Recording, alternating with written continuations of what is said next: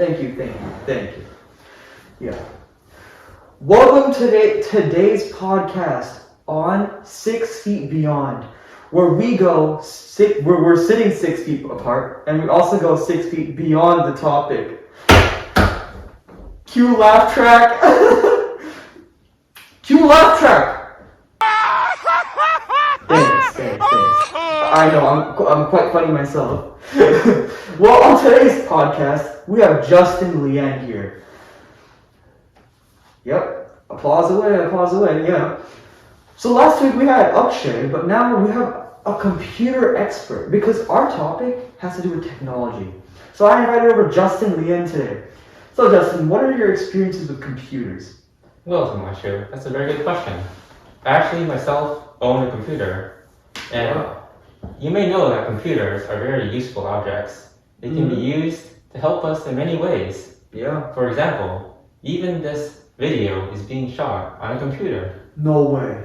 That is true. As hard as it is to believe, computers are now able to shoot video and record audio. Wow. See, this is why I brought Justin on. He knows a lot about the topic. Well, Justin, today's topic is not just about computers and machine learning. It's also about the implications of it, and something personal that has happened to me. Blackmail. Well, let me share to you guys a story of something that happened today to me. So I was just minding my own day, right? I finished my classes after doing all that hard work, and then I got a call from some random girl in the Philippines. And obviously I was with my friends, so I just answered the call. What's the worst that can happen, right? So I was like, okay, let me just answer it. We'll have some fun time with it.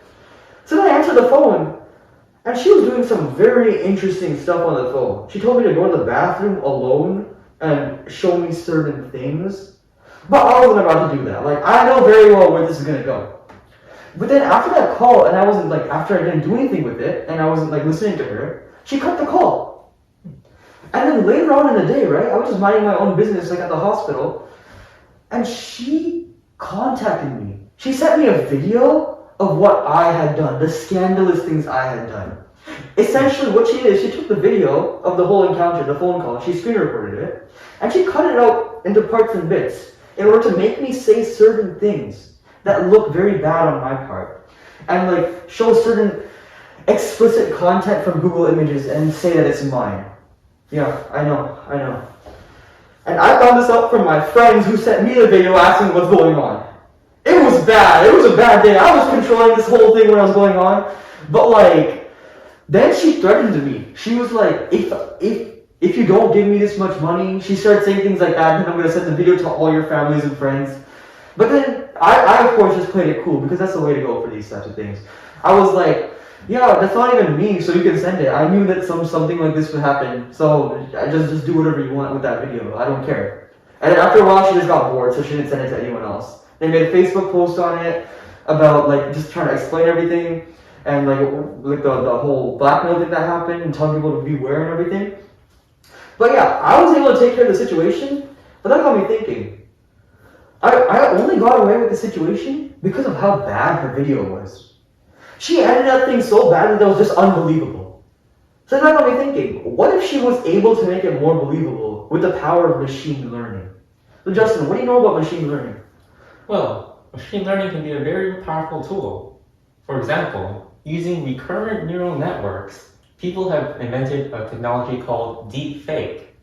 You may wonder, what is deepfake? What is deepfake? Well, deepfake is when you take a person's voice and their appearance, their facial structures, and you edit it using computer technology onto another person doing a different action. Mm-hmm. So in your instance, this person could have used a deepfake technology to use your face and insert it onto a person doing scandalous activities, and people, depending on the technology level, they would not be able to tell the difference. Yeah. You can see how this is a big problem for blackmailing. Yeah, that would have been really bad for me.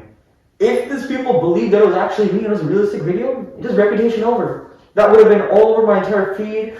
And if I didn't know better, I would have ended up paying her monthly fees in order to not make her send this to anyone. And at the end, it just would have been horrible. When I couldn't pay her anymore, bam, it's over. My entire life ruined. It would have been bad. So what do you think could happen in the future with all these things? When it comes to bigger like personas, like celebrities or something? Yeah, in the future, as this technology improves, how can we discern between reality and deepfakes? For example, we recently had the US presidential election.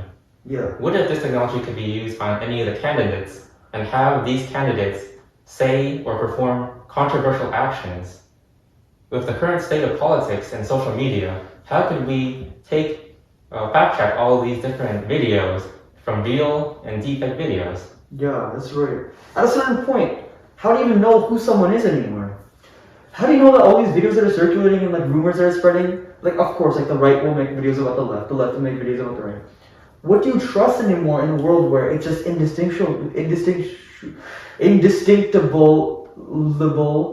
what the difference is between reality and fakes? Like that would create a very interesting universe, but I don't think I want to live in somewhere like that. Imagine if a video circulated that the president of the United States declared war on a different country. How could you stop that? How could you have the president retract that statement? Because people can make fake videos and claim that the fake videos are real about their retraction.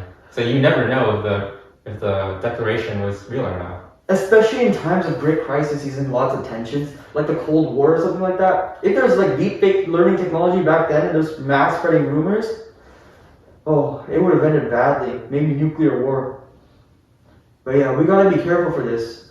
But for now, we're stuck in this world. This technology is emerging and is getting more and more realistic.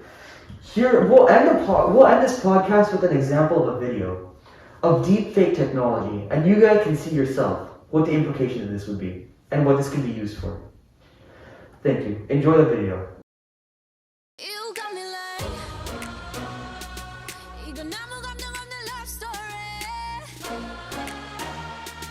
어떤 설렘도 어떤 의미도